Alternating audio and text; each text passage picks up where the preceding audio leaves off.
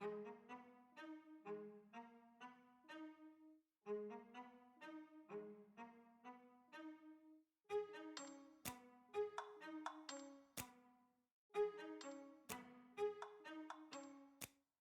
ride with me if you ride with me, you can slide with me if you feel like 550 on the 5 sticky, come get high with me, that's a deal, right?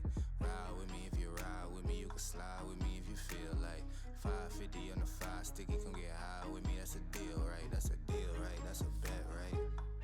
That's a bet, right? That's a deal, right? That's a deal, right? That's a bet, right? That's a deal, right? That's a deal, right? That's a bet, right? That's a deal, right? That's a deal, right? Ayy, coming down like precipitation. I ain't never met a limitation. Hate plotting my elimination. Gotta go to Google for the information. I'm a superstar, so I gotta shine. Top dollar be the bottom line. Bottom feeding niggas out of line. Turn your heart rate to a dotted line. Yeah, my zodiac probably dollar sign. Got the energy to win it, my nigga, I'm feeling great. Got a day with destiny, focusing on my fate. I don't give a fuck what you rapping, you been a fake. I'm everything that they ain't, it can't be, it won't be. Wanna see me fall, I can't go, I won't leave. Coming from the block with plain clothes and police. Straight up to the top with bankrolls and rollies. Ride with me if you ride with me, you can slide with me if you feel like 550 on the 5 sticky, come get high with me, that's a deal, right? Ride with me if you ride with me, you can slide with me if you feel like 550 on the 5 sticky, come get high with me, that's a deal, right? That's a deal, right? That's a bet, right?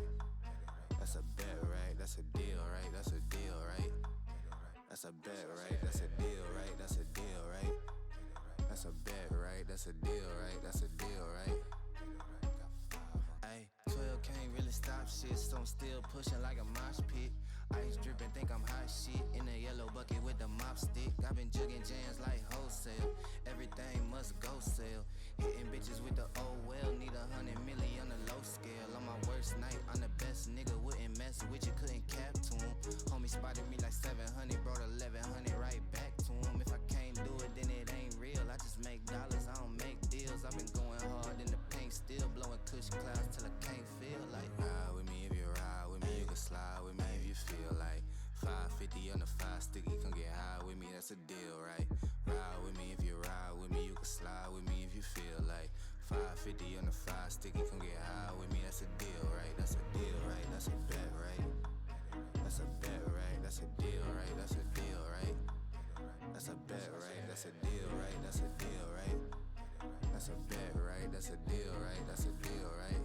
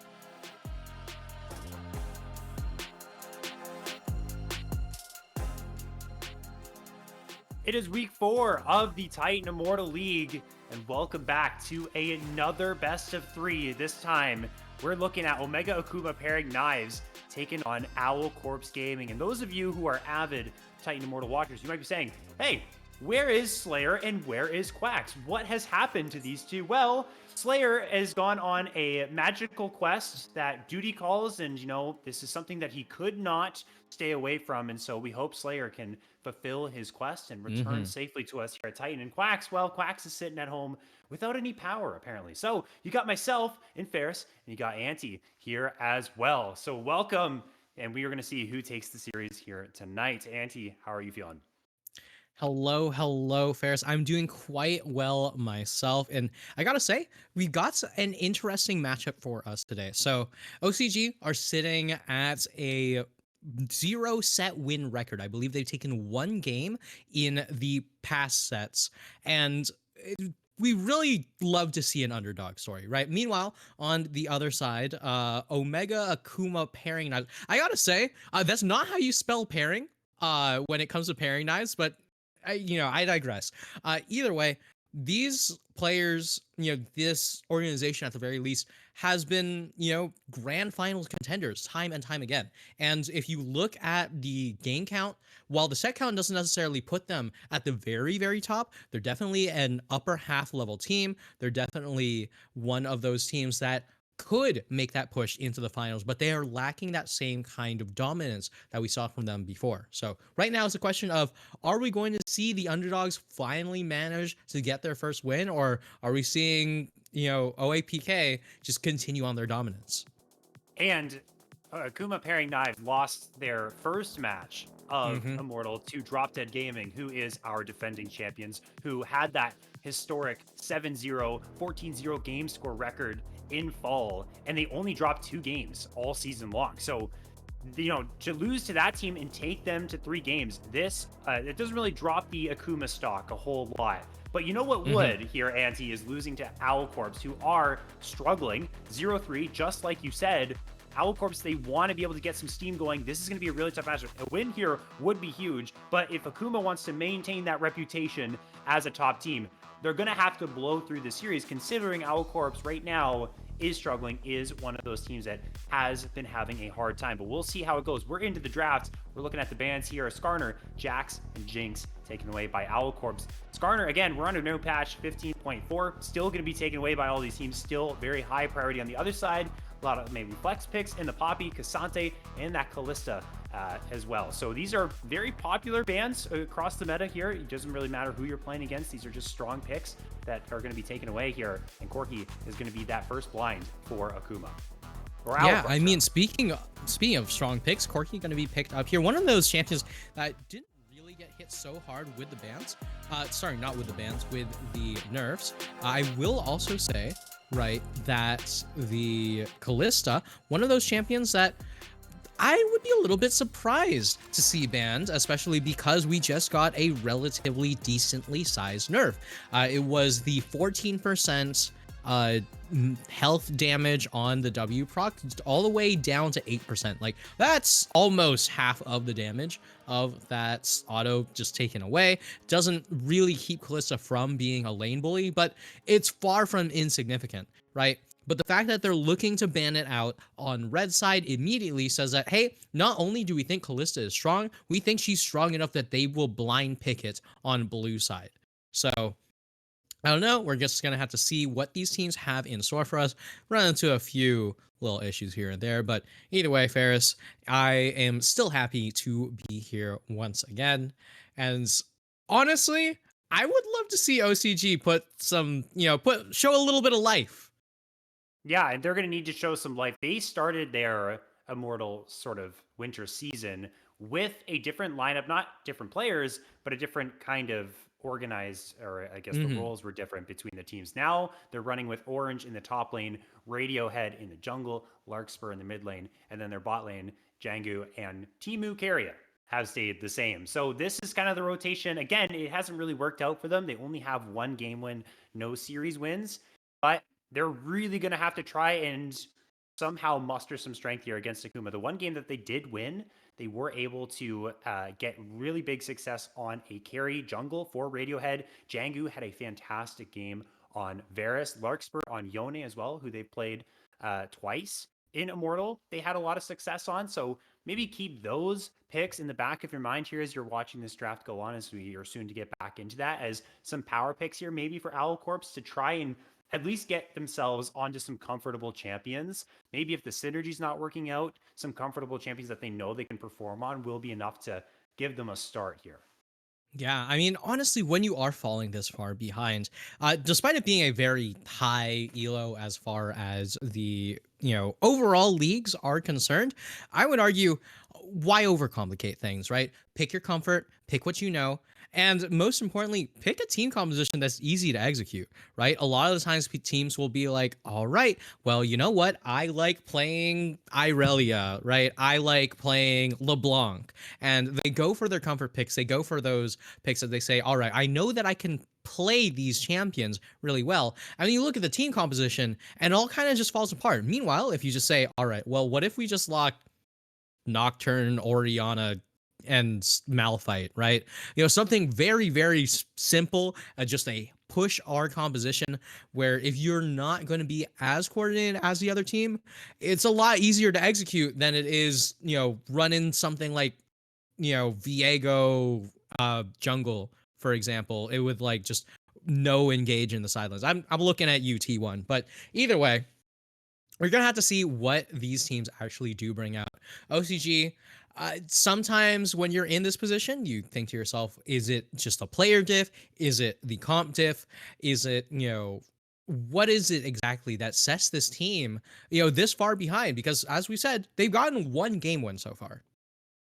And I don't think we've been able to showcase Owl Corps on the Immortal stream just yet. So we're going to get a little bit of an indication based on maybe how well or how not well they do. Again, I'm assuming they've been scrimming and practicing. So maybe they've been able to find something that's going to bring them some life here in this series. But for Akuma, we talked about the fact that, again, this is a team that has the reputation of potentially being someone who can contend for this title here in winter. How do they maintain that reputation? They really have to take a 2-0 today. It's got to be an emphatic fashion. How do they do that? Well, Fails is their support and really likes to play those engage heavy champions, things like the Thresh, the Rel, the Leona. Look to get Fails on something that can make plays, whether it's in a 2v2 bot lane, whether it's roaming around and causing chaos or havoc elsewhere in the mid lane, in the top lane.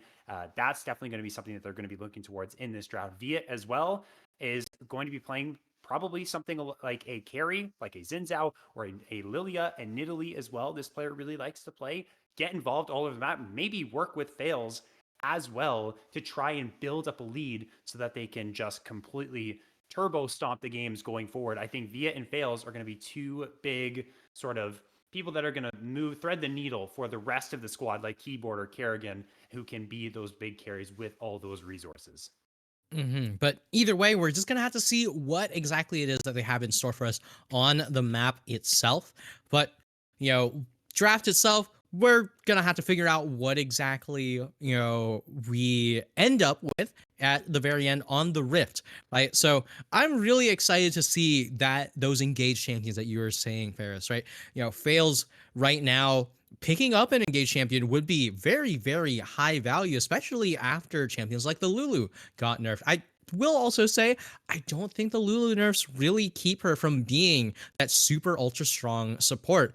Yes, the attack speed nerfs are going to hurt a decent bit, but in the end, a large amount of Lulu's power budget is also in her ability to use things like the polymorph, right? To keep your AD carry safe, whether it be allowing them to reposition or disallowing the enemy backline divers from actually getting a chance to play the game. So we're gonna have to see on the Rift what these teams actually do pick up. I would not be surprised to see at least some Lulu presence in the draft whatsoever. But as mentioned, I have a few little hiccups here and there, but oh well, what can you do? And for those of you that are wondering why the draft isn't on the screen right now, we've been having some problems with getting the correct stuff up, and there's been a couple bugs, production problems. So what we are going to do is when the draft is done, when the players are all ready to go, we're just going to jump straight into game. So we're going to skip the draft portion. We'll kind of, as we do get into game, react to what is on our screens and kind of just play it by ear and go from there. So that's what's going on right now. From now, you'll have myself and Auntie to kind of sit here and kill time as we do wait for that. And looking back at Owl Corp's, Orange in the top side does like to play these weak side champions. Cassante is two champions that they played in the Immortal League thus far. And so getting them onto something comfortable, maybe they can kind of handle Mexican mid in the top lane, not Mexican top, Mexican mid in the top lane. And this is the highest ranked player on Akuma, or at least the highest peak. You kind of saw that in the sort of the pre-show before showing off the ranks. A really strong player. So it's going to be up to Orange, especially with this playstyle, to kind of make sure the Mexican mid doesn't start to take over, because they have had games, Mexican mid that is, where they've played things like Tryndamere and even Volley Bearer that can kind of take over games and really be able to deal the damage here. And look at that. Playing the Volley Bearer in this one, as we do have our drafts, we are onto the Rift. Here is game number 1 between Owl Corp's Gaming and Omega Akuma pairing knives. Yeah, and speaking of which, there's that Lulu that, we were just talking about earlier. A very, very strong support here. But meanwhile, on the other side, it's not the Leona. It's not going to be a Thresh. It's not going to be a Nautilus, one of those crazy engaged champions that we were talking about. It's the Nico of all things. So right now we're getting the teams that are just going to be getting the deep ward in, trying to make sure that they can spot out any sort of lane swap opportunity, which makes a lot of sense, right? You got yourself a Volibear, one of those champions that isn't exactly the strongest in terms of the lane swaps. Like, yes, you can play the tower dive. Yes, you can play, around not having so much in terms of EXP, but in the end, Volley in a 1v2 is not a position you really want to find yourself in, considering the champion has so much of this power in that 1v1.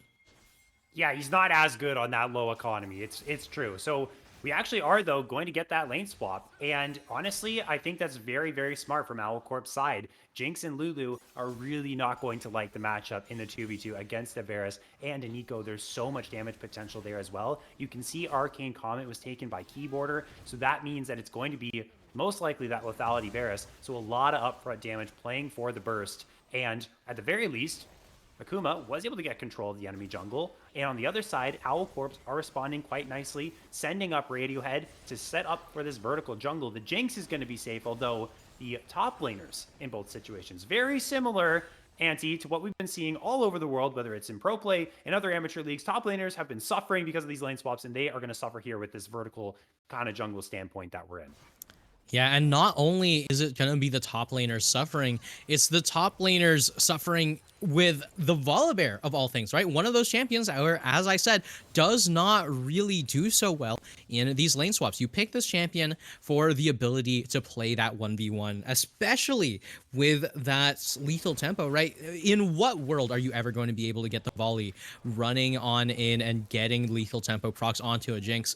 Not one where Jinx is able to survive in any sort of capacity. Oh my goodness. Either way, first blood, I was definitely not anticipating an actual kill off of that. I was just thinking there was going to be a little bit of poke here and there. Well, you're like the prophet, Auntie, because that is exactly what you were talking about. Volibear hates this stuff and just dies like that. It's even worse than we thought it was going to be. Look at what Mexican mid started in the items, too. That's a Doran's ring. That's not a Doran's shield. He was not expecting to be taking poke from range from something like a Jinx. He was hoping to just fight the Poppy straight up, get that lethal tempo, out DPS as champion. So now they're actually going to go back to their regular lane assignments. You can see the swap back is good, but it means there is that extra kill in the pocket of Timu Keria. Would have been nicer if it went onto Larkspur. And in the end, grand scheme of things, might not mean a whole lot here, but at the very least, it's something nice. And we can see that Owl Corps aren't shying away from the challenge against this strong Akuma team. Yeah, I mean, last place, you got nothing to lose. They're just going straight on in. Orange also in a good position. Oh, Kerrigan going to just use the flash, and Radiohead's going to follow that one up. Oh, Tries wow. to dodge away, is going to be able to do so, but there's the flash Q3 from Orange. Another kill to Owl Corps. Good heads-up play from the Lilia. They're up 2-0 off to the races. Ferris, this is the last place team, right? Like, Yeah, it is. I don't know what we're looking at, but OCG honestly playing unbelievably cleanly in this early game. If there's a reason why they're in that last place, it's definitely not their early, because the lane swaps were played well. The 1v1 is also being played exceedingly well. And in the end, 2-0 to start things off. And you got Poppy versus Volibear, while Poppy continues to scale up, and even more is going to drop pain. here too, potentially. Has the flash, actually should be able to walk it on out. Is going to use the flash there. You can see that on the minimap. So going to be without that. And guess what? Okay, this Lulu, maybe that extra kill was actually going to mean a whole lot, because Teemu Carrier looking like the actual Carrier in this game, smurfing, and they are the ones that are actually bullying this lane, despite me saying, you know, that Varus and Nico should be the bullies here. That's just not the case. Yeah, I mean, you've got double comment on one side. Meanwhile, the Aerie always going to be up in the right position. Jangu just going to have to back on out, drop these minion waves. This is, speaking as a top laner, one of the worst feelings on the planet, where the enemy jungler just decides, all right, I hate you. I don't want you to get a chance to play the game. And they just chase you off the tower, chase you behind your tier 2. And now the entire wave is getting crashed, and your bot lane is going to be taking your wave. And there we go. Poppy going to be once again on poverty duty, just going to continue to farm up in the side lanes whenever possible, but it's far from an ideal position for Jangu.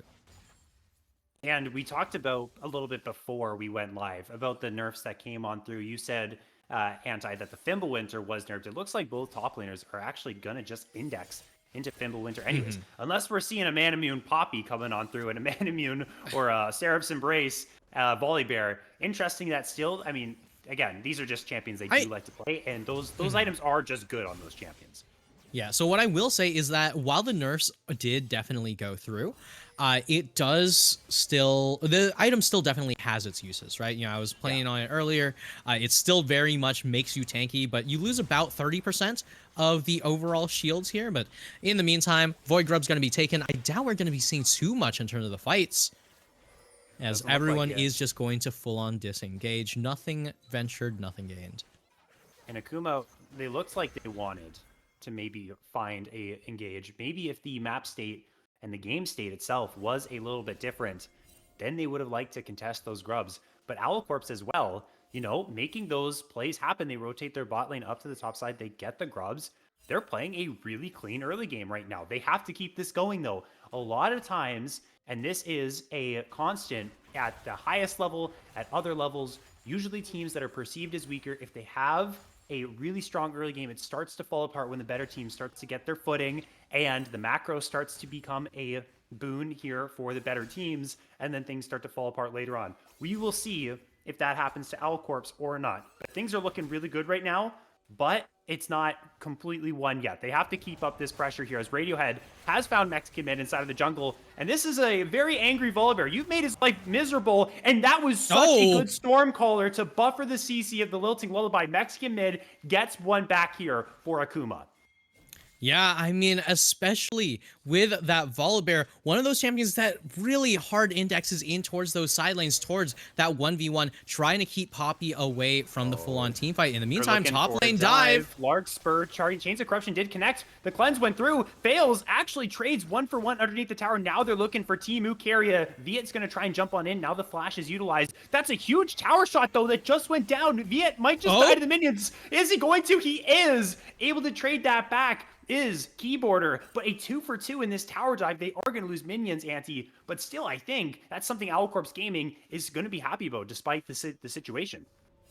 Yeah, I mean, you might not necessarily be in the most ideal position with that, but at the very least, that's a lot of tempo loss on the side of Viet. And now Radiohead dying solo to the Volibear really doesn't matter so much, right? The Lilia is still able to get onto the map, still able to farm his jungle, and there's really not much that either team either gains or loses off of that. So right now, at the very least, the Keyboarder is still staying very far ahead in terms of the CS. So, you know, you still do have that going for you if you are a Pairing Knives fan. But in the end, this is a much, much closer game than you'd anticipate between a top half team and the literal last placed one.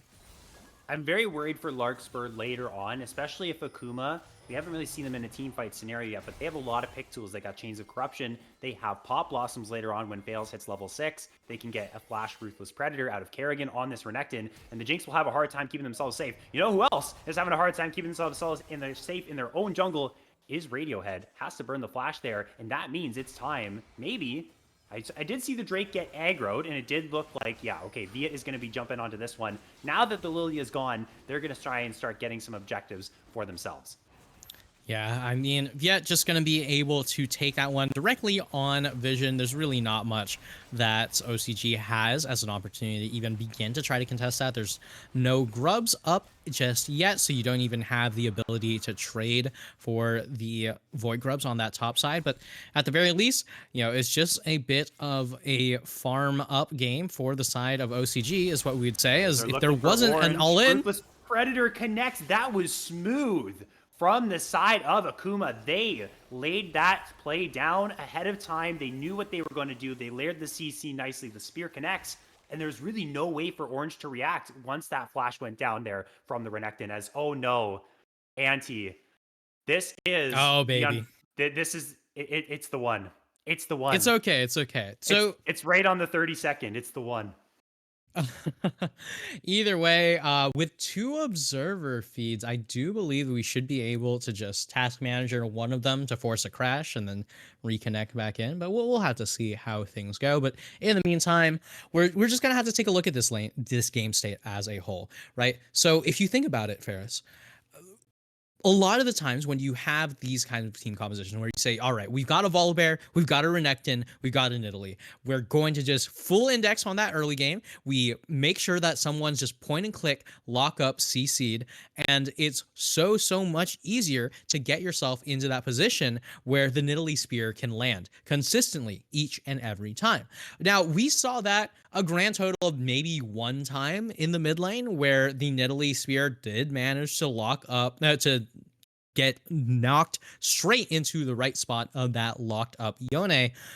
But once you get past the early to mid game, I really worry about the overall scaling of this team, right? You got Renekton, you've got Volibear, you got Nidalee, and Poke Varus. You know, a bunch of champions that are generally not the strongest in terms of the later stages of the game, if you're just going to compare them to champions like Jinx, like Yone, like Poppy. But either way, we're just going to have to send it over to a quick break as we look to try to get ourselves back into that game to figure out what's going on.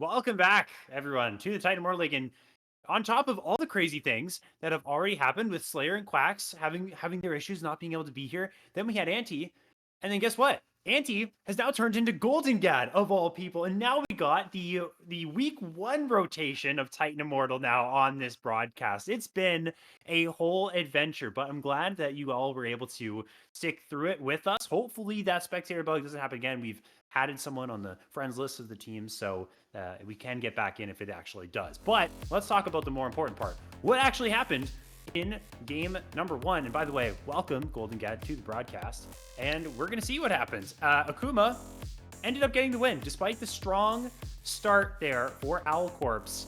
It was Akuma who ended up, or at least to our knowledge, came out on top. And honestly, looking at these KDAs, it looks like these damage numbers, Golden Gad, it looks like it was a keyboarder masterclass and Mexican mid masterclass to the carry. Yeah, it kind of, I mean, if I just had to guess, it just definitely looked like top lane just ran away with the game.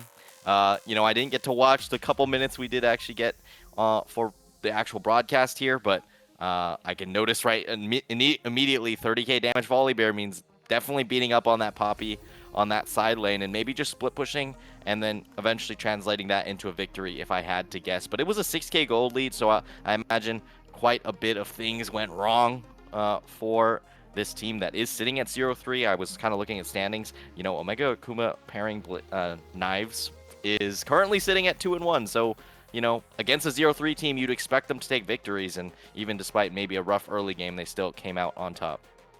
Kerrigan, I don't want to hear that from you in the chat. You know you're being sarcastic in there. You got to step it up here. They're going to leave your Renekton open again. Sorry, I had to get a little toxic there. I saw Kerrigan. Yeah, I see you in the chat saying there. Mexican mid and keyboarder popped off. We're giving them their flowers. I know I didn't see the game, but we're looking at the stats right now, my man. You guys were able to get out the window. And Akuma, it wasn't... Okay, so what we did see, Golden God, was not necessarily the cleanest opening start for Akuma. Actually, Owl Corps were making the plays happen. It just didn't look like it was enough. And, taking a look at this Owl Corps side, it looks like Radiohead wasn't really able to get involved or really get to that strength level that he wanted to on this Lilia. Still did a good chunk of damage though, actually. Maybe I was just looking at the KDA. But either way, that was game number 1. Owl Corps close, but no cigar. We got to move on though, because we got something very special coming up. It's our next edition of Kiss, Marry, Kill. And again, we're going to keep upholding that tradition. We got a whole new lineup of champions this time around. We've got Graves, we've got Senna, and we have got Lucian. As I get a message here, we'll get that prepared for you as quick as possible. And Golden God, I don't know if you actually made your picks on this. Next definitely did not, considering I got the message about 10 minutes before broadcast going live. I'm in my car driving over, so let's just say I did not. But I'll make them live. We gotta uphold the tradition. I may stand in for Quacks, who knows, who was previously on this graphic at the time. So I honestly think I have kind of similar opinions. Maybe I'd swap one or two, but honestly, I'm still sticking with we're shooting Graves, right? That's just how it is. Yeah. That's what I did. That's what Wookie did. That's what Quacks did. Obviously, that's what you did as well. But yeah, give us your Lucian Senna topic. If you're killing Graves, disregard what Quack said. Actually, we'll acknowledge what Quack said. So Quacks was going to marry Lucian and give a kiss to Senna, similar to me. But we'll talk about you first here, Golden God. What are you doing with the whole Senna Lucian situation? Yeah, so initially I was like, well, I guess I would probably just kiss Lucian, but then I thought about it more, and like lore-wise, Lucian's like the most dedicated mother freaker ever. This guy fought through hell and back to get back his wife. So honestly, if he's open to an open relationship, sneak me in there. You know what I mean? That's just how it goes. So that's kind of where I landed now. Yeah, low-key, that's what I was saying too. I'm going to be completely real. I was saying, but my reasoning was more so along the lines of, what I was going to say was Wookie and I were on that same type of timing, and you are as well, Golden God. We're just home wrecking. We're breaking up this relationship between Lucian and Senna. We just want to be menaces like that. I saw the graphic, and it was like, this is what I want to do. And so, Senna is kind of like that part ghost, right? It's a little bit sketchy. Lucian maybe is kind of fighting the ghost. He seems maybe like he'd be more on the same side. Who knows if Senna turns. You can tell I don't really know my League lore that well. I'm kind of embarrassing myself at this point, but I went with Lucian, and I gave that kiss over to Senna. As we can see, Golden had very different picks. Golden is actually the only one who wanted to keep Graves alive and give Graves that kiss, killing Lucian and marrying Senna. So a little bit of differentiation. A couple of us had the same type of picks going on here, but that was Kiss, Marry, Kill for this episode. And well, that was this episode of Kiss, Marry, Kill for this edition of the Titan Immortal League in the Winter Split. And now let's look ahead here to Game 2, Golden Gad. So from the limited things that we saw, it looked like, Owl Corps got that lead. And I kind of alluded to the facts when I was casting with Ante that a lot of times teams who are lower in the standings when it comes to either pro play or even amateur scenes, if they get ahead, it kind of falls apart in that mid to late game when the better team's macro kind of starts to take over. Could have been something we saw there, but at the very least, Owl Corps, they gave a little bit of a fight, but Keyboarder and Mexican Mid took over. I feel like that could have been maybe what actually went down in that game. Yeah, I mean, definitely looked to me like Mexican Mid put up a great performance on the top side, if I had to guess, just based off that gold. So I definitely would like to see how that actually pans out. I know we did actually cast Omega Akuma pairing knives previously in one of the previous weeks, and they had pretty similar strong points in Keyboarder and Mexican Mid. So definitely, keeping up the trend here. And Mexican Mid playing a bit more of that brawler style, not that full carry that maybe wasn't as successful in that week 2, I believe, or week 1 maybe. But at that, and Volibear much more dominant as far as actually shutting down tanks. So that's actually a pretty interesting pick in that one. And if you looked at the gold, 5.5k above your enemy laner, and that pretty much makes up the entire difference of the gold in the game. Really should speak to the performance in that game 1. And it's a shame we didn't get to see it, unfortunately. Yeah, it is unfortunate. The Jinx 7-2, they are for Larkspur. And I kind of pointed out when we were kind of watching this game at the very start, I made a point about the fact that there was a lot of anti-Jinx on the other side. You got Poke Varus, that's Chains of Corruption, that's a lot of burst damage. And you have a Nidalee who can combine her spear with a hard stun from the Renekton, the Ruthless Predator. Mexican Mid can follow up with that. So despite, no matter how strong you are on this Jinx, if you just get one shot, you just get one shot. And, Team Lucaria is on this Lulu. That is a little bit of peel, but the rest of the team, there really isn't anyone that's going to kind of stand in front of the Jinx and make sure that none of that actually gets onto her. And it might have been too much for, Caria to keep the Jinx safe. And that could have also been something that they kind of fell victim to. But either way, I mean, Keyboard or Mexican Mid kind of holding it down. Kerrigan's still going to hold on to the fact that, their Renekton's never been beat in Titan Immortal. They're waiting for that first team to beat Kerrigan, Renekton. And you know what, Kerrigan? Okay, we'll give that to you, man. You do have the undefeated Renekton in Titan Immortal. I mean, yeah. If anything, going 0-4-3 and still winning is quite the statement victory. If anything, you can't really mess with that stat line there. Yeah, I mean that is a pretty impressive feat of its own.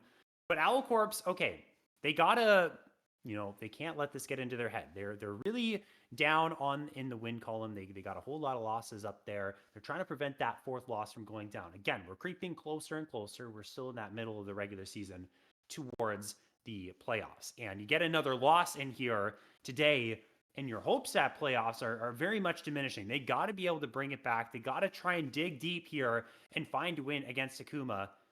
And before you joined up here, Golden Gad, we talked about the fact that Akuma really wanted to maintain their stock as a top team by running over the Owl Corps. Well, this time around, let me double check on the game time. How successful were they in actually getting it done quickly? 32 minutes, that's pretty quick here. So I think if I'm Akuma, Golden Gad, I want a fast win to kind of make sure that people aren't raising any questions in terms of their power. Yeah, you definitely want to keep that game score up, as that is one of the main tiebreakers, especially.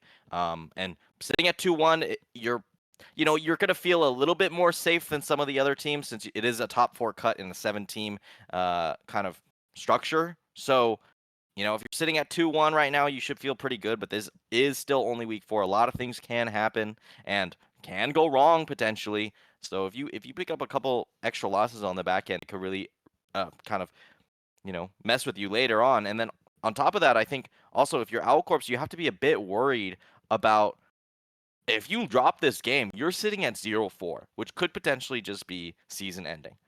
It's pretty unlikely that you're able to pick up enough wins to catch up to the pack once you get to that 4-loss mark, because, there's 7 weeks or 6 weeks actually. So 4, you're definitely pretty doomed, to be honest. So, um, I think there's definitely some room for adjustment here for them to actually pick up a couple extra games.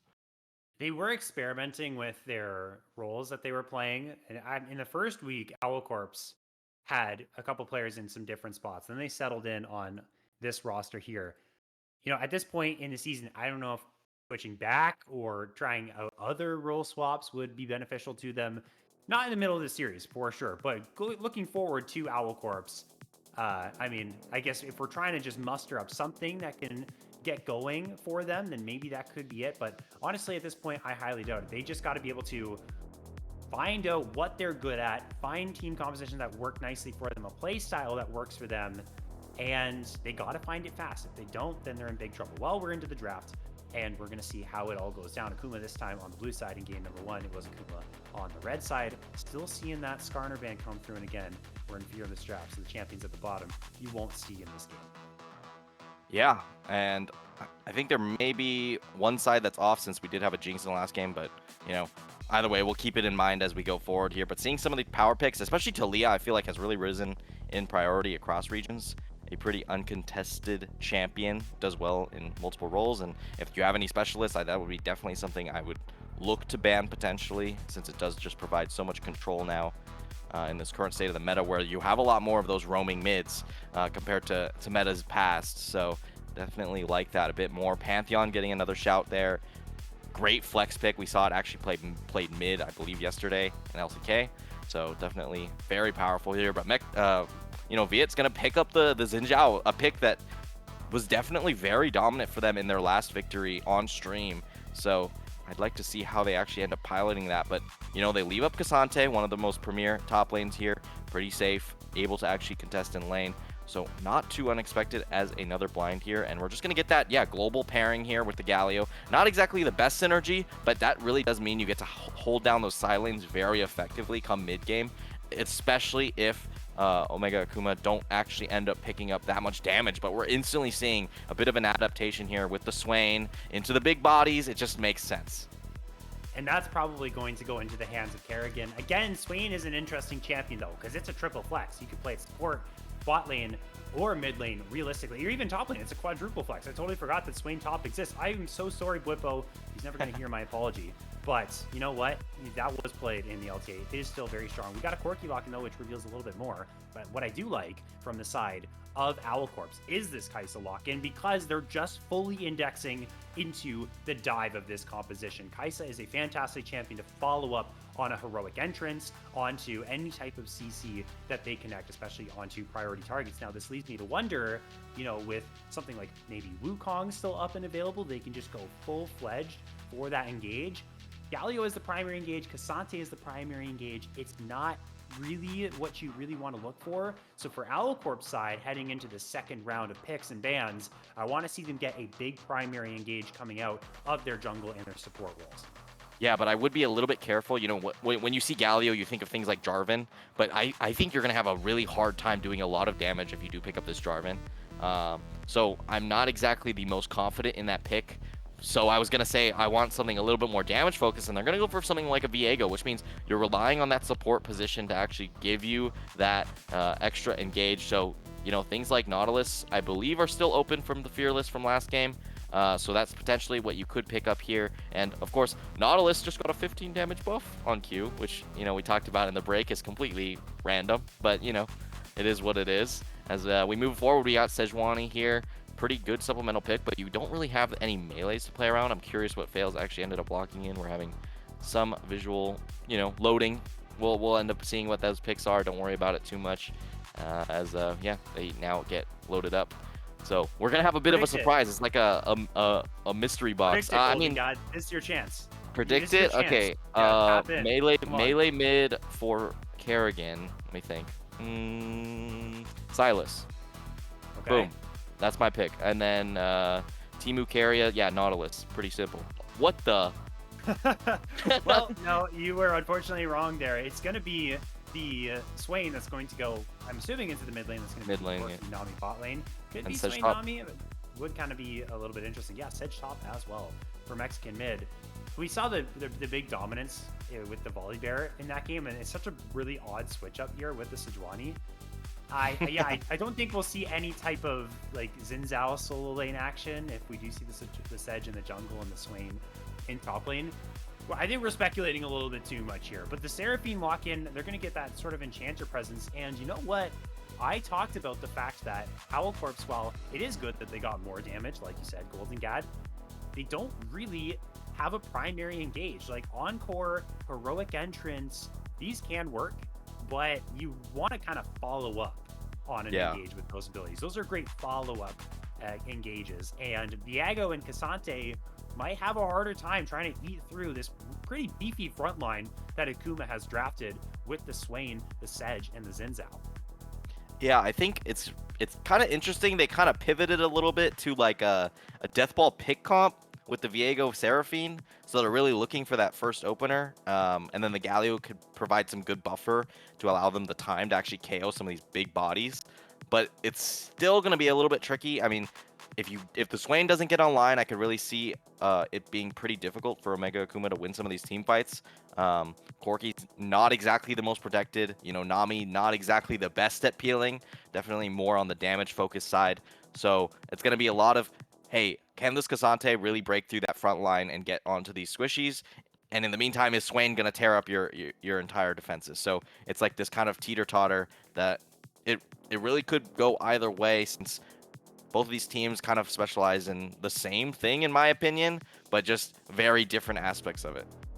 It's a delicate 2v2 in the bot side when you have double or basically quadruple range, and it's not so much going to be the case of which one of the supports who's playing the Leona Nautilus is going to find the engage onto the AD carry first. Both of these bot laners, assuming we get a 2v2 lane, we don't get a lane swap, they're going to really have to play their spacing nicely. There's a little bit of anti-synergy here with the Kai'Sa lock-in in the lane with the Seraphine. You normally want some CC to stack the Plasma passive a lot faster, but there is the beat drops available there for Timu Carrier to kind of synergize with Larkspur, so we'll see how well they do, but I'm anticipating maybe we see a bloody... It's either going to be a super bloody bot lane, in my opinion, or we're going to see nothing from them, and it will just be maybe Viet on this Xin Zhao just running the map and going absolutely crazy, trying to look for invades and these types of things. And I would say Golden Gad, the jungle matchup, is also very important, considering if the Viego does fall behind, that's going to be a very big hindrance to the Owl Corps team. Yeah, you definitely need that Viego to be in the game to actually be able to survive a Xin Zhao. You know, like, this is a champion that could kind of just run at you, and especially a champ like Viego, which, depending on your build, could really be delicate in that 1v1. So really going to be looking towards Orange to actually be able to pair up in that mid-jungle duo. Should have at least decent move compared to the Swain. It should be about even, I'd say, since they both need about 2 skill shots to clear it all, until, you know, the classic level 9 spike. But, you know, it's still going to be pretty tough here for either side. And I guess if I had to pin one side I'd expect to win, it's just going to have to be, you know, Omega Akuma pairing knives. I think the Swain is pretty easy to get online, but I'm very curious whether this is actually going to be Xin Zhao top, considering Mexican mid has it in his hands. And you know what? I'm going to trust our production. And I kind of danced with the idea of a Xin Zhao solo lane. It's something that's like okay, so I just got the confirmation in my ear. It is going to be the Xin Zhao top lane. And I think this is much more like Mexican Min. Honestly, I don't know why I didn't trust my instincts and think that this would be almost certainly a Xin Zhao solo lane, because when I saw the Sejuani, you know, Sedge top, it was pretty strong for a while, but this just isn't really a Mexican mid champion. He likes, the only real weak side champion that he plays is Cassante, and that's already been taken away by Jangu. So, you know, the stuff like the Volibear they played in the last game did such a good job on it. All these skirmishers, juggernauts, these real like meat shield champions that can still throw some punches. That's really what Mexican mid wants to go for. And I'm interested to see how it fares up into the Cassante though, because normally we see like the Xin Zhao mids into the squishies, but into a tank, it could be a different story. Yeah, I mean, it's pretty interesting. I know Xin Zhao right now goes the generally you go Hail of Blades and you're really trying to bully out that lane opponent. So unless, Viet puts a lot of attention towards that top side, it's going to be pretty difficult for the Xin Zhao to get online, considering you kind of need that early game lead. You're really leveraging the attack speed bonus from Hail of Blades to get the Q knock up, and then you get the full damage combo with your attack speed bonuses. So, can that delicate balance be broken? And will the K'Sante actually go down? That's always the question, since you do have stuff like K'Sante W that really nullifies a lot of that damage. So I'm like a little bit scared, since it's a very hard snowball to actually execute on. But of course, Xin Zhao has auto resets for the Sejuani E, so maybe they might be able to pick up the pieces enough to actually get those kills. And that's definitely going to be a point of contention, is the top side for Akuma pairing knives. For those of you that are wondering why it's taken a little bit longer to get into game, there was some type of remaking of the lobby. We're about to get into game, should be, according to production, about a minute and a half to 2 more minutes. So we can yap a little bit longer about these compositions and try and break down how we're going to see this game coming on through. And yeah, I think that Mexican mid is going to be a big focal point because of that Sejuani, the pairing with the fact that the melee mid stack up the permafrost a whole lot faster. They might just leave the Corki to scale, leave him on an island, and Vales can move up to grubs. They look to take those away, pressure the towers, put the K'Sante behind. How do you really feel Owl Corp stops that from happening? What do you think they look for there, Golden Gad, to make sure that that doesn't happen? I think it's going to have to be a lot of punishing on mid roams, potentially, onto the Swain. I know it's a little scary to engage on the Swain, but as soon as you get rid of Swain, some of these team fights are going to be completely lacking, because they just have all single target damage from the side of Akuma pairing knives. Once you kill the Swain, it's really just Corki a little bit, and like Xin Zhao's survivability is really single target. So I think if you're able to take down that Swain on roams, especially with the pairing of the Galio and the Viego, it should actually work out pretty well for you. But still, nonetheless, I definitely expect top side to be more focused towards Akuma pairing knives. So maybe it's better to just focus towards the bot side. But Seraphine is not exactly the most consistent in kind of setup for ganks. So it would be a little bit difficult to actually nail down something like Corki, who is always so slippery. And then on top of that, you got Nami speed ups as well. So we talked about how it could be a bloodbath in bot lane. I really expect it to be like full farming, unless Kai'Sa gets an absurd level 1, and really takes off from there. And yeah, it's a pretty weird game, I'd say. Having the Xin Zhao top, the one angle I really see it really succeeding is if we go down to later in the game where we're in a 1-3-1 situation. If you're matching the Xin Zhao into the Galio, I feel like you'd feel so great about that. And then you put the Swain against the K'Sante. That kind of matchup in the side lanes probably feels great for both of these champions. So that could be really something that they leverage. And, according to last game, it definitely was a side lane advantage there for Mexican mid that they kind of leveraged to make sure that they were able to secure that game. So I'd hope to see that kind of lane assignments coming up later in this one. Mexican mid is, again, one of the higher ranked players in Titan Immortal, all the way up in Grandmaster. So they're really kind of flexing the muscles in this league. They are one of the better players, and they're a big reason why Akuma has a lot of success in these games. The Kai'Sa pick, I'm going to circle back to that. It's going to be hard to actually play Kai'Sa in a game where if your melee range of a Xin Zhao, if your melee range of a Sejuani, a Swain, and the Corki, they're going to do a whole lot of damage. And, the real counterplay to these types of champions is range, barring, the Crescent Guard from the Xin Zhao, being able to block all that damage. I'm anticipating, it would actually kind of be interesting if it was the AP Kai'Sa index in this game to try to find some poke and play on the extraordinarily low range of the Akuma roster. But then you do have a lot of AP with the Seraphine and the Galio. But then again, you do still have Viego and K'Sante. So I wonder if we see more of a poke style Kai'Sa come through. At the very least, maybe an AP Kai'Sa in the DPS sort of AP build. But it will be really hard for Larkspur at an even setting or without being super far ahead to actually be able to get a whole lot done here against the Akuma team, who is going to be very dangerous from close range. I'm getting word now that they're in game, but they've actually paused. So you know what that means? That means, we've yapped enough here, Golden Gad. We'll wait out that pause. We'll go to a break. And when we come back, we'll be, oh, actually, wait a minute. We're heading on into game. I was just about to cut the break, and guess what? We're not going to do that. We're going to jump right on in. As soon as you complain, we're going straight into game. You know, that's There it just how it is. goes. So here Wrap we going, are. Golden God. I know, crazy. That was straight off the dome. Not gonna lie. Okay, we got Owl. We're just going to be going into the game now. And I will say on the topic of AP Kaisa, I think it's a pretty interesting idea. I'd be a little concerned about your DPS into Swain, just as far as like, can you kill him fast enough if he's actually using that uh, ultimate effectively? You know, if you're in all 5 members, can you actually burn down this Swain fast enough? And that's a question that'll have to be answered. But it looks like they're going for a bit of a cheese strat now on the bot side. They're going for a pretty deep invade here, and the only person in the area is going to be the keyboarder. Keyboarder is waiting sort of on the top side. And, well, you know, they don't find anyone in the tri-brush. It looks like they're going to back that one on away. And, yeah, I mean, going to come out empty-handed in that one. Probably not going to find anything that they need. We get a little bit of cutting action. We're back over here to the river, and, well, Fails is a little bit overextended. It's going to take in a Cathian Rain. Orange is going to throw out the Winds of War as well.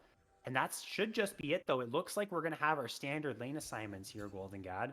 And we're not going to see any type of fancy lane swap action. It will be Mexican mid taking that lane that they probably want up against the Cassante. It might have been smart from the side of Owl Corps to swap and then put that Xin in an awkward position, but we're going to kind of see and get to see kind of the true potential of it. As wait a second, we have a Doran's ring start, Golden Guy. What on earth is bro cooking? Maybe, you know, Xin does use a ton of mana, especially in lane. You don't have the jungle regen on the mana, so I think, does E have an AP ratio? I'll have to check on that. I'll update in just a second, but that's definitely just for the mana regen if I had to guess. But yeah, that's a pretty interesting build choice. Yeah, it really is, and I don't know. Again, haven't seen anything like an AP Zinzao anywhere. And again, just like you said, I don't know what any type of AP scalings would be. Maybe the healing. I highly doubt we see that. It would have to be mana of some kind or whatever it is. We'll see how effective Mexican mid can pull this off. So I have verified. I've verified. Yeah, we have 65% AP ratio on Wind Becomes Lightning, and 60% on Audacious Charge, and then also you get more max HP on your passive, which is pretty interesting. And then your ult also has AP scaling. So honestly I could see it, because that's most of your trading is the W and the E most of the time in lane. So, and you also get the mana on top of it. Definitely something pretty interesting. So definitely is a practiced pick here for Mexican mid. It feels like it's always so interesting when you have top laners that are willing to kind of pull out these really unique picks. It's so exciting to kind of watch and see how they unfold, whether they do super well or whether they crash and burn. That's going to kind of keep me waiting in anticipation. So far, so good. I mean, look at Django's health. It's half HP. And so, you know what? The Zinzao have been doing a pretty good job here as Orange gets the shove. And now it looks like Radiohead's going to be able to pick up this Scuttle Crab. So Sejuani is in the area. He's going to be late to this crab, though, so it will be control here. Maybe a double crab on the cards for Radiohead on this Viego. If he could pull ahead of the Sejuani in clear speed, that would definitely be really valuable. Yeah, definitely. You're seeing now Viet looking for some info, but did get spotted on this invade, so gonna just, you know, or not invade, just walking through the jungle, so definitely still gonna have nothing to do now. Viego just able to get such a big lead on this jungle position. Now with the full clears coming through, no real big action happening at all. Just, yeah, more poke towards the top side. This is kind of what Xin Zhao does, but you see that mana pool is getting dangerously low. Just gonna ward out since you are in threat range. But Sejuani already passing towards that top side now as they go forward, and Larkspur taking a bit of poke here. Nami always has a lot of sustain in the lane, so you could kind of abuse the HP bar a little bit more than some of the other supports, but as I said, I don't anticipate any big kills to come through. I want to point out the fact that Radiohead, you can see Radiohead right now moving up towards the Krugs and now channeling the recall. He spent the last like minute and a half, I would even say, sitting in that brush trying to pull off a gank there onto Kerrigan and just wasted so much time, which really, really sucks as Jangu almost got dove in the top side, was able to avoid that and TP back. And yeah, I mean, we talked about the Viego getting a lead. that lead has kind of been evaporated here with the fact that the Viego just kind of sat around there for a minute and took a whole lot of time to wait around. So a little bit of tempo killed again. Not going to be the end of the world. But at the very least, Viet is able to take away those Krugs, playing towards the side of the Xin making sure he's having a good time. Keyboarder dropping pretty low. Fails as well. Concentrating, playing on a knife's edge. This is the way that these quadruple ranged bot lanes go. It's like a wet noodle fight. It's like there's no hard engage, so you kind of just trade back and forth at low HP. Yeah. See, they're all getting away with very low mana pools, very low HP, using those resources to their maximum potential there. But, you know, Viego's still coming out with a lead, just because Sejuani did have to use some time to kind of dedicate towards that clear, and just generally clears slightly slower post all the nerfs. But now, with level 6 on Cassante, you know, the damage threat of the Xin Zhao early on is a little bit nullified. It's going to be a bit more difficult for Xin Zhao to find anything now. And, you know, leveraging the strength of Viego and kind of knowing Sejuani was on that top side, just going to go straight for this dragon here for OCG, which is kind of what you want to see, since we talked about how bot lane is going to be more of a focus for them, and that mid-jungle duo especially. Orange has done a good job of getting priority of mid lane and making sure that he's there first. So he can help out his jungler if anything goes awry. They get that objective. And there hasn't really been a counterplay here at all from the other side as Kerrigan is in trouble. Nice never move. Connects. Now goes into the demonic ascension. Keria and Radiohead. He's pushing all three people away, but now he goes too far forward because he's getting hit with a Justice Punch. Doesn't have flash. He doesn't even have teammates around him. I feel like the rest of Owlcorps are like running away because they think maybe Kerrigan is planning something, has a teammate in the brush, but he had no one there, Golden Gad. And now guess who's going to suffer for this? It's going to be Larkspur. There's no one here to help him out. No one has any TPs. He's going to get dove. Can he outplay this? He does not have the barrier. He does have the flash, though. That's not going to matter. The Sejuani is going to tank up the tower easily. First blood goes to Omega Akuma pairing knives. Yeah, nice dive there. Pretty good kind of tension. Turret juggling on that one, so pretty good there. Now Team Keria trying to find the kill on Viet, but able to survive now, and now has put themselves in a position to get dove. No mana. Gonna dive him again. Oh my goodness, that Glacial Prison just whiffed to Narnia, but it's not gonna matter because Keyboarder has a lot of damage, and thankfully Fails was tanking the tower as well as, oh boy. Okay, I thought it happened again, but it didn't. I thought we got the 30-second bug again, but nope, folks, we're all good here. Radio is taking away the grubs, and 2-0 to Akuma. Yeah, 2 kills over to Akuma, but in exchange, they're gonna lose both early objectives here to this Viego, so they're going to lose quite a bit of gold for the side of OCG, but at the very least, they get some of those scaling options off the table here as we go back into pause. As Mexican mid DTs. Yep, Riot's kicked Mexican mid from the game because of that build. They're saying, nope, this is illegal technology. It's not allowed. I don't know if you noticed, but there's a blasting wand and a fiendish codex inside of his inventory. And so, okay, I don't know my mage items super well. What's that going into? Is that blasting like wand plus which one? Fiendish Codex. Fiendish Codex. Is that Cosmic Drive? Yeah, it could be Cosmic. I mean, it's not Hex Tech because you need that alternator. You know, we'll just have to wait and see what is Chef cooking. You know, I think. What is Bro cooking? So that's a pretty interesting build. I mean, it can't be better than AP Jax, right? This AP Xin Zhao. I don't think so, because AP Jax has like 145% potential magic damage on Counter-Strike. Yeah, it's absurd. You play against those Earth Jaxes that go AP, that's dangerous to go against. Yeah, I haven't seen a whole lot of AP Jax, haven't seen a whole lot of AP Xin Zhao either. But yeah, so we got to pause. And you know what? Big mistakes out of Owlcorps in that bot lane if we're actually going to get serious here. They really wanted to make something happen there onto Kerrigan, but Kerrigan just said, yeah, bro, 3 of you, you're going to need to bring more, and now your bot lane is in danger. Yeah, it's a little bit unfortunate. I mean, as I said, at least they got some of those early objectives on the table, but you don't want these kills kind of slipping away, and when your bot lane is pretty important, and I feel like it could have just been avoided if Team Keria didn't just walk up. I feel like that was a little bit of a over-index into, hey, they don't really have anything. But guess what? The Sejuani still had Glacial Prison. Wasn't even level 6 at the time of the gank occurring. So definitely had a big room for getting redove again. And, you know, great awareness there from Omega Akuma pairing knives to actually just pick up on that and find that kill. And that's kind of what puts them at that 2-1 in my opinion. It's that they kind of understand the windows they have in these games to actually be able to eke out these victories that may seem a little bit more complicated. But so far, they put themselves good position, 1.2K gold up. And I am seeing now, thank you to Hankster96. My eyes are failing me, don't know the number, but Hankster is telling us that it is a likely, at least, to be a Gnasher's Tooth on the Okay. Xin Zhao.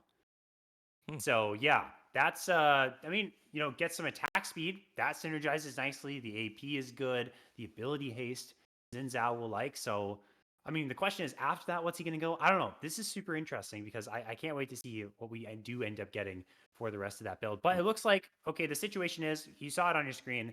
Mexican mid did DC, and this time I'll say we'll cut to a break while we wait out the pause, and when we come back, we'll be back with more. Oh, we're getting in. Twice in a row. Cursed. Wookiee's It's in my cursed. ear telling me we're getting back in. You know what though? I have this kind of power though, Golden Gad, where I can just kind of force the game to just start and get us right back into it. What if Yeah, I we're have having. a new untapped power?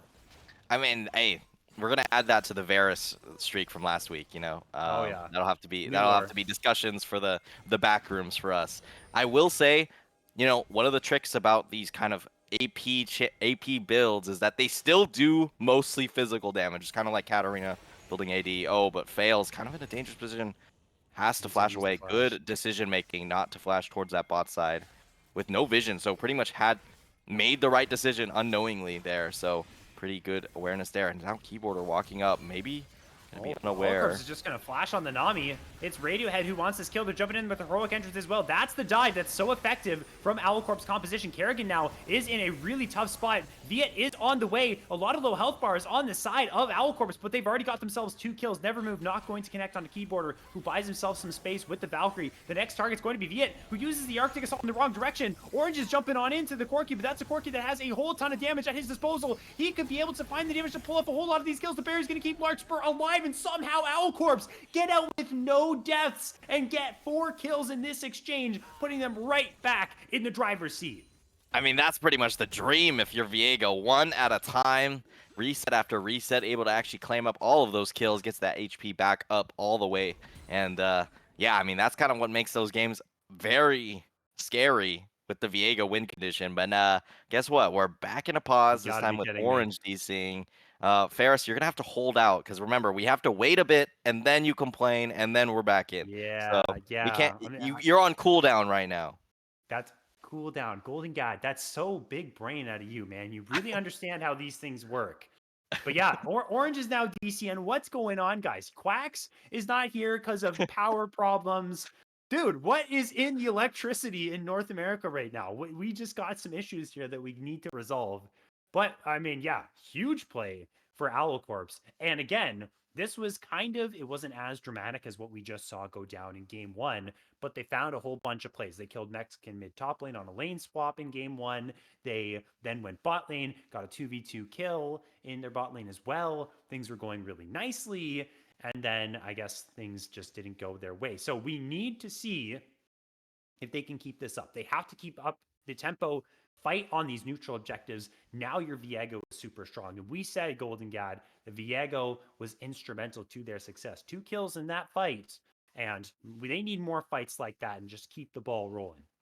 Yeah, for sure. I mean, Viego always going to be one of those win condition champions. It's one of those, hey, we're playing around this champion if all else fails, and that's exactly what's going to end up happening here. Now, obviously, we have some time to burn. Am I crazy, or is the Noxus map just gone?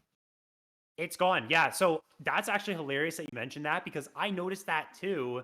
They did say on 15.4 that they were going to reduce the amount that the Noxus map Yeah, was but going to it's be just a gone. Like presence. we're back on like Ari is in the background from Worlds, and there's no special turrets anymore. So Oh I yeah. don't even Wait a know. second. Maybe they made it a setting where you could switch it back. I thought, oh yeah, no, you're Oh. absolutely right. In my mind, I had it in my mind that I was like, okay, they've reduced the amount of Noxus on the map, but yeah, you're totally right. They just got rid of all of it. Very strange decisions from Riot Games, as per usual, of my opinion. Okay. Yes. Of my opinion, people could differ from me. That's totally chill with me, but we'll get back in the game. Enough tangenting on the map creation here. As yeah, after that fight, they were down 1.2k gold before the fight, and now they found themselves up about 600 here for Owl Corpse. And Viet wants to find a little bit of a cheeky gank here, but there is that nice ward there in the middle bush for Team Ucaria, so just going to be warded off just a little bit. Playing the Vision 9 really nicely too. And Viet's been fantastic in these ganks, especially bot side. I mean, we've seen it this game. In game 1, they had a really nice nearly play. Now they're looking for the tidal wave, and Larkspur just ran straight into a Sejuani, lands into a bubble as well, which cancels the killer instinct. Oh man, that was gorgeous from the side of Akuma, but now Fails is in some trouble because there is a Galio straight on top of your head out of the TP, and Carry has got the follow-up beat drop to secure that kill. Radiohead wants to get in on the action as well. They're trying to chase down Viet, who is maybe waiting on that Arctic Assault cooldown, is going to use the Glacial Prison to disengage, and the rest of them are actually going to leave, and Kerrigan, all the meanwhile, in mid lane was getting some alone time with that tower. Yeah, definitely something to look out for there. I mean, a pretty nice play there. The Sejuani actually knocking Larkspur into the tidal wave, which was a pretty cool look here for actually like a 1+1, and then straight into the bubble on the cancel on the Killer Instinct. I think it was a pretty good setup there, and definitely something to watch out for. But still, they're gonna get another objective. That's more dragons on the board. We talk about how hard Soul is to get in these games, and I mean, putting yourself at 2 at 11 minutes is a lot faster than most of the games currently in this season. So they're definitely on pace to acquire a pretty quick one, and it will be that Ocean Soul. So if there's anything to keep you sustained during the Swainel, it's definitely gonna be that. They've also been able to secure the first trio of grubs. Now the second trio is alive, and it is Akuma that's going to jump onto them. But they were able to deny, the 6 grub for 2 Drake trade. They are 3 out of 4 here, assuming that Akuma is able to actually grab these up. As Orange is lingering in the area, Orange wants to try and make a play. Is going to get hit with a Never Move and the bubble, but they're not putting a whole lot of damage onto the Galio. He's going to try and use the Justice Punch to get away, but it's going to hit someone en route. And okay, well, Orange, maybe that wasn't the best play. Now it's going to be the Seraphine caught out as well. Keria is in some trouble. Larkspur has to use the flash to try and get away from Kerrigan, who has this demonic ascension popped with Anami straight behind him. On the other side of the fight, the Cassante is going low, going to use the Olo to get behind the pit, rather. Kerrigan able to drop Larkspur. It's all falling apart here for Owl Corps. The bubble is going to go wide. Keria is on the run. Does have a Sejuani behind him, as we're going to get a little bit of buffering. This looks like a pretty interesting situation for the Seraphine here, Golden Cat. Not sure if Keria is going to be able to get out of here. Yeah, definitely looking like a dangerous position here. Viet now going to try and chase out, but just like that, Team Ucaria magic trick disappears out into the safety under their turret. And very interesting fight on two ends. And you just have to think, if you are Galio there, Orange, it's that's pretty rough. I'm not gonna lie. I'm gonna just ignore exactly what I'm looking at on the screen right now. But thinking about that fight, having it be so segmented, you saw Swain actually had no mana.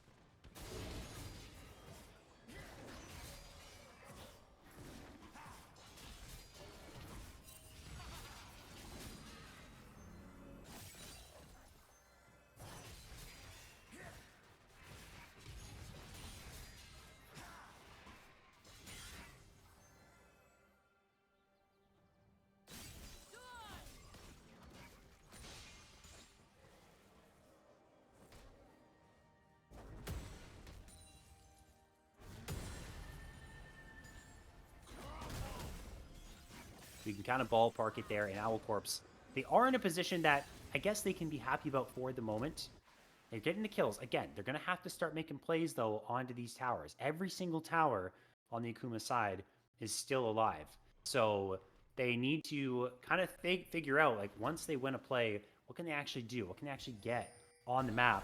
Start maybe looking for side lane plays. Start sending it on Kerrigan, who's sitting by himself in this bot lane. Start sending it on Mexican mid, who's sitting by himself in the top lane. Then look to take down a tower, and hopefully Akuma isn't in a position to punish elsewhere on the map. Just brainstorming ways that they can start to get some of the standing gold on the map for themselves to really build a lead for themselves. Yeah, I think it's important to note. I could not read. It's actually 32, so they're actually down 2K right now. Oh my For the side goodness. of Omega Akuma, and reading the prod chat, I now understand. I forgot there is a blizzard currently in the North American region that is definitely wreaking some havoc, I'm sure, among these players. And I mean, that's just how it is. We're living through it. Fortunate enough, I'm on the West Coast, so I don't have any big problems. But I'm sure elsewhere is having a lot, considering the things I've heard. Yeah, elsewhere is getting covered in snow. And what I was saying was there was problems with the power. And this is why I'm a play-by-play caster, Golden Guy, because sometimes I just don't know how the things work. And Golden was telling me in our production chat, Ferris, there's a blizzard, man. What are you talking about with the power? There's no power bugging out. It's the weather, man. Yeah, you know what? Okay, it's just the apocalypse here in North America. And our League of Legends games, they're suffering for it. That's 3 different DCs from 3 different players. We're setting world records here, Golden Cat. Honestly, in hindsight, this is going to be quite the historic broadcast here for us, and something to kind of laugh at in hindsight. We got the special one, and you know what? Maybe this was a ploy from Slayer and Quax this entire time. Maybe Slayer kind of looked into the future and saw this and was like, I'm going to tell Ferris I'm out doing something else. Yeah, Ferris, hop on this cast for us. And Quax was like, oh, my power's out. Golden Cat, come on. Let's go, B team. Hop on this, guys. Maybe that's what Insane. they were doing. It's just a complete ploy against The our conspiracy. existences, I think. But at least it's good because I'm pretty sure I'm supposed to not be here next week. Just hey, I'm gonna throw it out there right now. So maybe you'll have Quacks back in for next week instead of me. So maybe it works out in that way as we get back into it finally. As OCS and Omega Akuma pairing knives, crazy name, are just fighting it out in the jungle right now. Yeah, it's a mouthful. It's an absolute mouthful of a name. I think it would be a little bit better if it was Akuma Omega, because that's what they were running with last split. Fall split, it was Akuma Omega, Riddy's Ego. Now they've swapped it out. They don't like us casters here, Golden God. They just want to make our lives more difficult. I guess with each split that goes on, things get trickier and trickier. As now we're back into game. Did get that reconnection. Radiohead's all good. Blizzard hasn't torn his house off the map. Back on his PC, ready to try and get this big win for Owl Corps Gaming. This would be step number 1. And I think, okay, so Otacon is alive on the map. Did I just see a Ruinous Otacon? I don't know if it was Ruinous or not. It actually wouldn't be the first, as we got a couple of them last night. But here comes Larkspur, or rather Viet onto Larkspur. The heroic entrance from Orange is going to stop that from happening. Do they want to continue this play? I don't think they really can at a range to be able to do so. Yeah, seeing Otacon is definitely pretty interesting as that Ruinous for sure. You don't really see it too often, and especially at 7 and 10, I've seen it definitely go for Voracious just, a couple weeks ago. So not sure if they tweaked it at all when they did implement the patch. Wasn't something I really looked at too much, but maybe potentially, considering there were quite a few bugs with that objective in particular. So seeing Ruinous means you're going to be getting those petals that of course give a ton of experience and a ton of just base stats there for whichever team ends up taking it, plus the 20% extra. So seeing that Owl Corps actually has the objective lead, definitely looking towards them to actually be the ones to pick it up. That extra 25% can really be influential for their stats. Yep. So, okay, confirmed by WaltBot in chat. They did change a lot about Ruinous Otacon in the patch notes. Again, if I was a tried and true caster, I would have read those patch notes. I didn't realize that the patch came through. And Orange didn't realize that there was a Kerrigan waiting on the right side of that sort of river area, the Never Move connected, and that's +1 over here to Akuma. Kerrigan really wants this fight. Gonna flash over Okay, I mean, a little bit of an over-aggressive play. Maybe trying to find a couple more kills, but Orange is going to be off the map, and maybe they look for the Otacon, but there is also a Dragon that's coming up here as well. Via is going to jump onto Larkspur, who is going to use the Killer Instinct. That's an Encore onto 2. This Kaisa can't move, though. Has to flash away. Carrier, Timu Carrier, that is, has exploded. That Corki damage is incredible, and now we're starting to see here, unfortunately, Akuma start to really take over the game. Mexican mid is just ignoring Jangu and taking that tower, and things are falling apart for the Owl Corps. Yeah, just the healing from the AP is actually pretty significant. You saw there, the proc was 128, but now getting dove now. Jangu tries to find the kill. He's gone. Oh. They're able to get him. Yeah, you know, Xin Zhao, one of those single target champs. Once you put another body on him, just going to go down. But they're able to trade over a Drake here. And they can also establish quite a good vision line here for the side that is Otacon. Of course, this will translate pretty closely into that Baron. So pretty soon you're going to have to weigh your options on whether you go for a trade or maybe try and coerce someone into a fight. But it's still going to be a bit more tough on the decision making come 2 minutes in just a bit.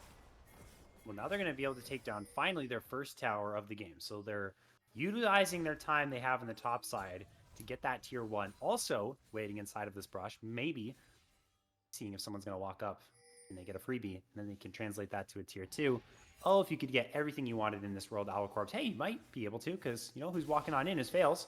Good toggle of division from our observers. And Fails is not going to take the bait. Good on you, my friend. A lot of support players would actually end up walking in and dying, but now the disengage is in from Owl Corps, and they're going to have to try and find a couple more of those plays. They need to be really careful. The hard engage is definitely there from Akuma, and that was very apparent from the last fight that we saw. Yeah, for sure. Now, I will say, Owl Corps, 3k down, so they got quite a bit of ground to actually make up here. So I'd really like them to try and force out a fight and bait someone into maybe walking towards Otacon or maybe that Baron that is just spawning pretty soon here, because they need to find these picks, in my opinion, just because Orange isn't that strong right now, you know, down about 1,000 gold individually on that mid lane, just because of how much time has been dedicated just to joining up on the team. Oh, no. Rather than catching the side lane. But Mexican mid now getting converged on.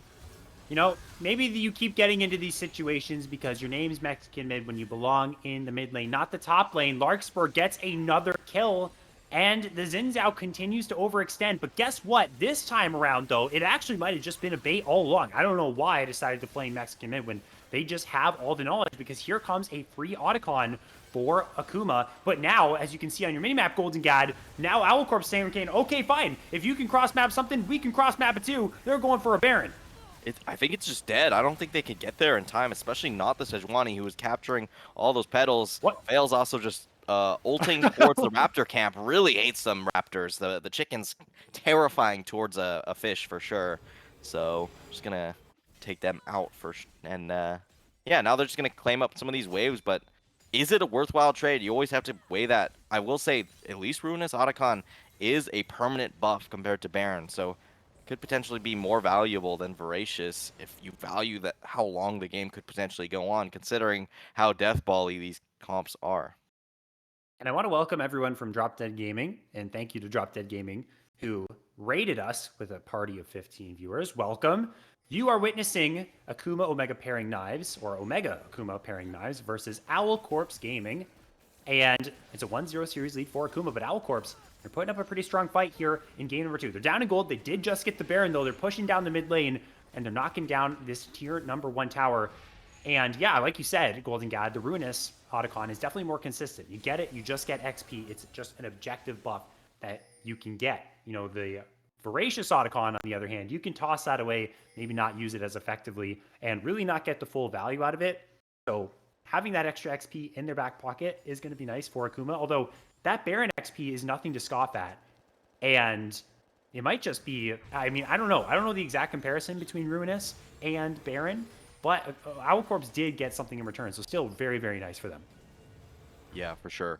I will say, as we move on, think of Elder Drake with Ruinous. You know, we didn't have to really think about that much because it was always Voracious previously, but that's just flat 25% more true damage when you pick up that Elder Drake. It is pretty disgusting if the game actually does end up going that long, but so far it's looking like it probably will end a little bit earlier. The structures are going down, especially on the side of Owlcorps. They have a lot of exposed base to kind of protect. That is not going to be so easy. Next Drake is coming up here. Mega Akuma pairing knives already having that second Ocean Drake. Probably going to look for the next one. Still has a bit of that residual vision from the Otacon from before, so has a bit of a line established already to work with. Yeah, that's a great point that you made, Golden Gad. Elder Drake with Ruinous. Honestly, I never thought I would see the day. And, it's actually probably unlikely that we are going to get there because, yeah, that would be a long time for now. We'd be in an absolute slobber knocker of a game if we do get that far up. But here we go on to what will be, for either of these teams, the third Drake. In control right now for Akuma. Still having this Baron is Owlcorp, so though it's going to be wearing off here very soon. As Viet does have to be careful. Doesn't have a lot of teammates around him. Jangu really maybe wants to start something off here. Orange is in the top side. Does have TP. A very tense situation here around this third Drake. Yeah, this is what I meant. That lane pairing of the Xin Zhao versus the Gallia was something I wanted to see a little bit earlier. Really wasn't leveraged until just now, and really forced him out, and is actually preventing him from backing, so can't actually get the HP reset here. Keyboarder fails a W over wall, and now they're on to Keria. This is so dangerous for the Seraphine, who's just going to get absolutely eviscerated. Already one kill over to the side of Akuma, but now the all-out comes through. The Killer Instinct is going to follow that one up, and they're going to trade the Swain's life. Getting a reset is the Viego. Finds the stolen Never Move, and it's only going to be Fails and Keyboarder left. There's the Q3 from Jangu, who finds that Nami. Good bubble to buy some peel. The Heartbreaker over the wall. They're trying to close the gap, but they are so dangerously low. They are able to get the Drake. Orange actually teleported in here. Wasn't able to be that impactful in the fight, but Owlcorps, they hold their ground despite the really rough start to the play. Yeah, I called it out, but a disastrous Valk from Keyboarder. If Keyboarder just gets over the wall with the Valk there, pretty sure that's just a cleaned up fight there for Omega Akuma pairing knives. So definitely going to be kicking yourself after that one, because that was a pretty free fight, in my opinion, if you had just a bit more damage to be able to take down some of those priority targets. 100%. It's tragic, but the game is still very, very close. But more and more fights are being won from Owlcorps. They're inching closer and closer to this win. Could be taking us to a game number 3. Still that gold lead in the hands of Omega Akuma. And it didn't seem either Mexican Med, who had TP, wanted to get involved at all in that play. This Xin Zhao pick really has been, I guess, playing for the side lanes. Now buys a Spirit Visage, so is going to go into the more sort of tanky style, try and stay alive up against that Galio in those side lanes, and has been pretty effective thus far, and did end up cracking open the base in the top side. As we are going to see, damage. Oh wow, Fails is gone. Wow, that damage was insane. There's the die potential from Owlcorps. They get one. They're going to get Viet as well. They're winning out in this play. There's no Baron to take, but they are taking control of the enemy's jungle, and Owlcorps are really rolling. Yeah, their feel of timers on their back, because Mexican Mid is just relentless in pushing these side lanes, and they actually do find the opening there onto Fails. Unfortunately, no objective up for them, so not going to be able to establish a big foothold there, but gets a good vision before the Baron spawns in just 40 seconds, and we might have a second Baron on our hands in this one. So, we talked about how unlikely it is we get to Elder, but at this point, it's looking maybe possible, especially considering how much the split push has really been a focus, and whether or not they shut it down is kind of what allows Owlcorps to kind of get on that map. And how little Owlcorps have been able to push into Akuma's base when they've gotten these kills. They just haven't really been able to, make any sort of progress. There's still that tier 1 that's up and available in the bot side for them to take. The tier 2s are all still alive. They're making these plays happen. They're getting closer to the soul. They did already get a Baron, but they got to start thinking about taking down these structures. But even for Akuma, despite the fact that they still have this base intact, the scaling is really strong for Owlcorps side, and they're pretty much already getting to that point, Golden Gad, where they're very easily starting to outscale. Yeah, the Seraphine, one of the strongest scaling champs in the game. My comparison for Seraphine is that I think if you see a Kassadin, you should pick Seraphine mid, which is just, you could believe me or not, but I really do think it's a great matchup, just as far as that's concerned. So that kind of highlights how good the scaling is for this support champion. So we'll have to see whether the effectiveness actually comes through here, as they're now looking for a bit of a pick here onto the Sejuani. but it's a little bit difficult considering that HP bar is just so thick. We'd have to confide in Golden about that Seraphine matchup, as Golden was saying to us that she was playing, did like to play the Seraphine mid a couple times, although albeit it was kind of like a nostalgia hit when Night Harvester was still in the game. As all Viet has walked into the entire team of Owl Corps and takes half their HP, so that's going to be pretty difficult for the Sejuani to be at all effective here, as they're fighting for mid priority. Again, this Baron is up. That's what's next on the table. That Never Move was so close to hitting Larkspur. And what Owl Corps really have to do is be careful that they don't get caught with a lot of the pick tools available for Akuma's side. And they're just going to feel confident enough to just start this Baron just like this. Yeah, it's going to be a 4v4. Neither of the top laners are going to be able to join up here. So they're going to go for a fight here, and it's all eyes on Kerrigan. That Swain pick is going to be monumental in this one.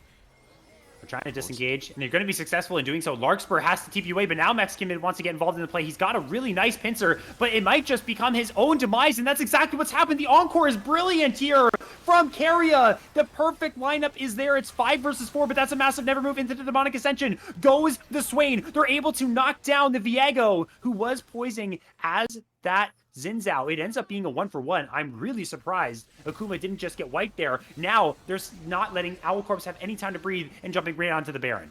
Yeah, a massive bubble there from Fails actually just sets up that entire play onto 2 priority members and gives them great opportunity to actually just take this Baron. There really is no contest besides that AP Kaisa W, well, hybrid Kaisa W that just won't do anything. So they're just going to claim up that second Baron in this game. So it's going to be a bit buffed up. They should be able to translate this very nicely into their own soul point. This game's going long. It's going long, man. 33 minutes, 3 pauses, 6 dragons. Honestly, this is actually pretty early for 6 dragons, believe it or not. But, you know, at that 38, 39-minute mark, we're going to be getting potentially a soul fight. And these fights have been back and forth. There's so much damage available on Owl Corp's side. They are one-shotting people like you saw at Mexican Mid in the top side of that play. Luckily, there was no follow-up on that Encore. And like you said, huge bubble from Fails to set up Kuma's sort of retake of that fight. And then eventually, those 2 neutral objectives that they were able to take. Infinity Edge is completed, though, on Keyboarder. And that Corki is going to really, really hurt. Yeah, definitely. I mean, that's 3 items, and does also have quite a bit of crit there with the 40% in the pockets. Or actually, a little bit more with that crit cloak. So already at pretty much the strongest point in Corki. In my mind, this 4 items area is definitely where you really feel the hurt. And I don't know if an AP Kaisa could really compete. So it's going to be really up to can the Galio, can the Viego, can the Casante really get onto this Corki. You know, but they have to deal with the Swain first. So you got a kind of order of operations, but it's not looking easy anyways for these fights. But a couple more mispositions by any of the members of Omega Akuma could definitely be their downfall. Those Never Moves in sort of the choke points have been fantastic from Kerrigan.